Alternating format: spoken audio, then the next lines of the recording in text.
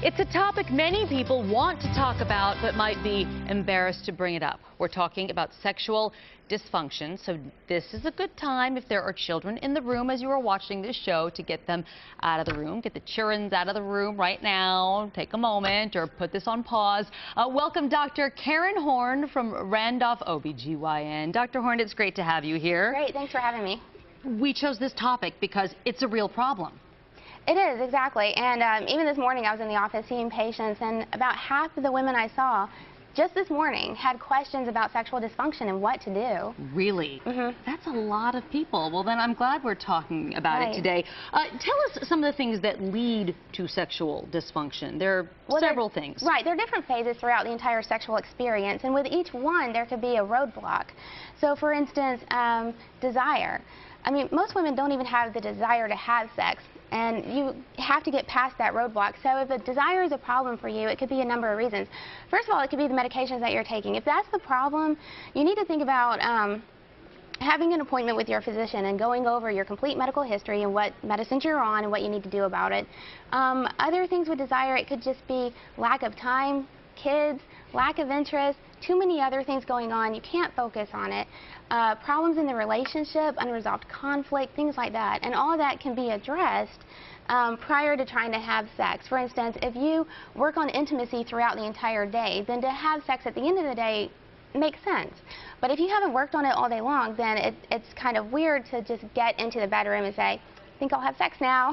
Women can't go from that to women are that. Crock-pots. Yeah. Women are crock-pots. Men are microwaves. That's a good one. That's really good. Right. So you need to work on it ahead of time. And so for desire, women can do different things for it. Okay. They can do something to help them relax. So if getting your kids lunches made ahead of time will help you relax so you don't have to think about it when you're in the bedroom, go ahead and do what you need to do.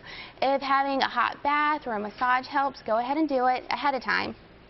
Or even fantasizing helps. And word to the wise, if you're going to fantasize about anything, don't fantasize about a person or a movie star or your colleague or your coworker. Fantasize about something innocuous, like the time you guys were at the beach and it was wonderful, or a Caribbean vacation, or fantasize that you don't have to get up early in the morning and go to work.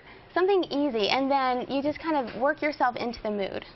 That's good. That's a good little tip, I think. Is arousal disorder the same thing as a lack of desire? Is it all kind of the same? It's kind of different. With desire, you're just not, you just don't even want to think about it. Feel like it. With arousal, you want to do it, but you're just not feeling it. So you try, and it's just not, you're not building up to it. With things like that, you need to, once again, you can think about fantasizing, like a hot time you guys had together at the beach, or think about that, or maybe practice masturbating ahead of time to get yourself in the mood, a massage with your partner, maybe incorporate different kinds of sex other than just vaginal penetration, maybe think about oral sex or something, whatever floats your boat.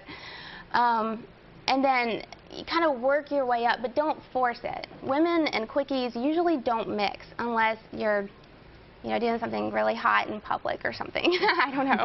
You need to... Doctor! No, you didn't. Of course not. No.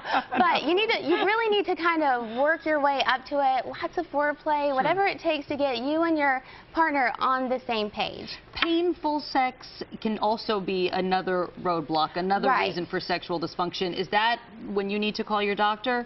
If that is what's happening? I recommend that people call their doctor if there's any problem whatsoever, but especially with pain, because that usually indicates that there is something else going on that needs to be checked out. For instance, endometriosis, that's huge, pain in the pelvis that can lead to problems with sex. Menopause, that's huge. Vaginal dryness, vaginal atrophy. The vagina just doesn't work like it used to. Or issues with past experiences like history of rape, molestation. You just tense up and you just can't enjoy it.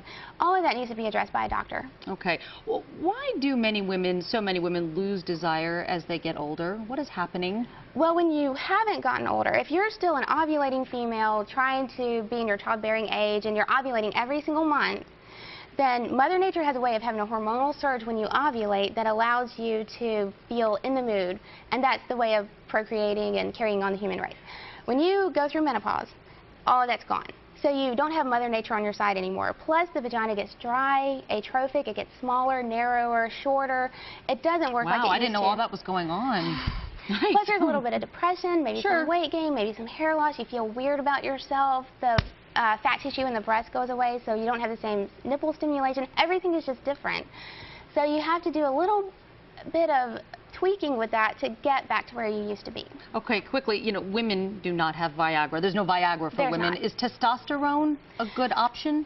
Maybe. Right now there is, like you said, there's no Viagra for women. Testosterone has been used off-label for some people, and it has shown to be beneficial. There are some side effects related to it. If that's the case, if you're interested in it, you need to talk to your doctor.